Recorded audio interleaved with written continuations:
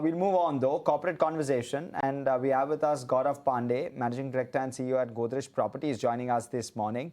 Gaurav, you've achieved 22% of your FY27 pre-sales guidance in Q1 itself, and you've reiterated that you remain on track to meet the full-year target. What gives you the confidence to maintain this guidance, and what key growth drivers do you expect over the remaining quarters?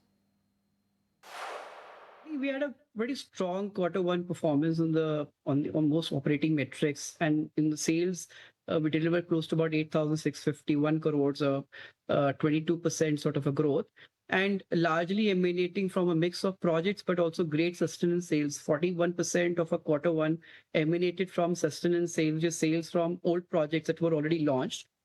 So I think that is a clear indication that we are seeing a diversity of projects hitting very well.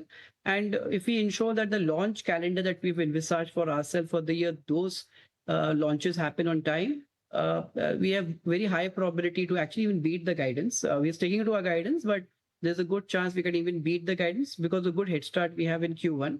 And we have a very exciting launch action-packed year ahead with launches across different markets. So, yeah. Right. What about your collections? They've seen an uptick of about 18%, but achieved only 18% of your annual guidance. Do you expect collections to accelerate in the second half as your deliveries improve? Yes, I mean, we've had a good start, about 18% Y-on-Y growth. And every quarter, we would continue to see a great growth on both collections and operating cash flows. We've given a guidance for the year at 24,000 crores of collections.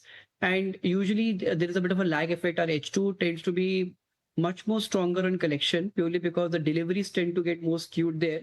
And there are more milestones that we tend to hit. So, yeah, I mean, reasonably high degree, we will of course, meet our guidance, and we could slightly beat our guidance as well.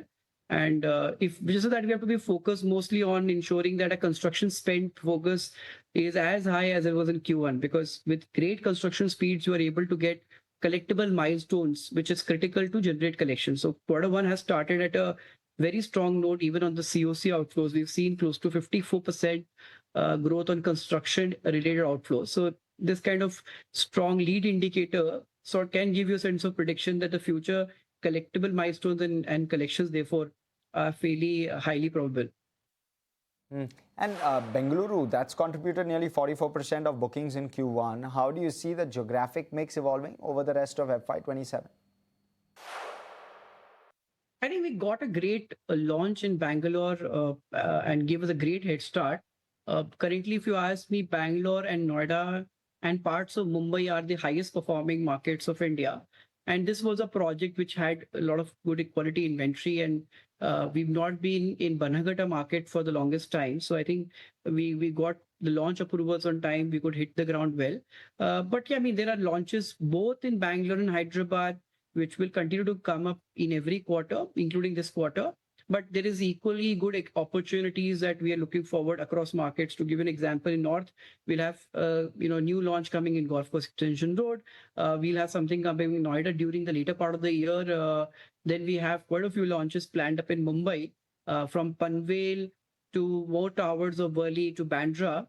And then we have a series of launches planned in Pune, ranging from Mahalunge to Manhinje, and smaller cities like Ahmedabad and Calcutta. So we have a very strong pipeline of projects. And again, there could be some quarters where one zone, as we call it, could have more launch calendars hitting because of timely approvals.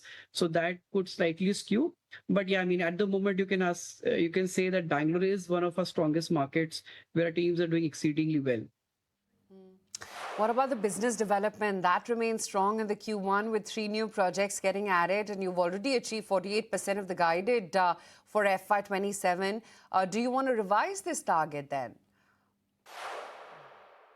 I mean, while we do give a BD guidance, but we're not like obsessive about meeting it or beating it. It's very opportunistic in nature in terms of what kind of deal profile we get to see, and then we take an investment view. In the 3 acquisitions that we've done, one was a Chennai plotted, which is a quick turnaround project with a fairly small top line of 500 crores. But the more meaningful acquisitions that we did were in Noida, Greater Noida market. We bought close to about 7,000 crores of potential top line in the DMIC corridor of Greater Noida. And then we've got another acquisition, Sector 151, very prime sector with a 2,000 crore top line. So Noida business per se and inventory was going faster through the roof, just like Bangalore was happening. And we found these great opportunities to strengthen our launch calendar, and hopefully our endeavor is to at least launch one of this within the year, and maybe even both of these could get launched, but definitely one of this will get launched. So it's emanating, the acquisition strategy was emanating from the need to add inventory in the fastest growing micro markets of India. But yeah, I mean, there is no reason why we would accelerate or stop. It will be very deal specific. If we see better opportunities, we will take positions and acquire them. But there is no target driven per se. But yeah, in all probability, we will definitely beat the guidance. But there is no obsession to beat it or necessarily achieve it. It's very opportunistic in nature. Better the deal opportunities we see, and we're confident on this sales velocity is only when we acquire. And you've guided, Gaurav, for 40,000 crore of booking value to be recognized in the P&L by FY28 compared to about 15,000 crore between FY25-26. Key drivers likely to be execution?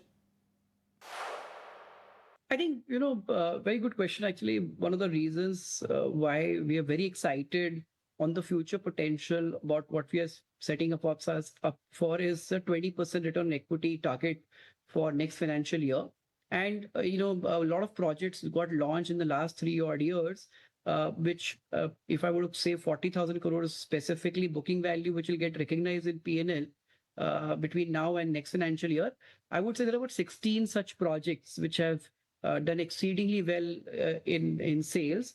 Now the real game is to be very focused on accelerating construction in these projects so that occupancy certificates can be achieved on time, so that this revenue that is sitting is getting recognized in the P&L per se. So at the moment, there is a very definitive strategy project by project. And I hope that, we would be talking about a great success story about probably one of the first few companies real estate to achieve a 20% return equity on the residential platform. From there on, continue on building upon that journey. And I think that will start from FY28 and thereon. Right. Okay. Great to chat with you then, Gaurav. Thank you so much for your time today. That's the bid coming in from Godrej Properties.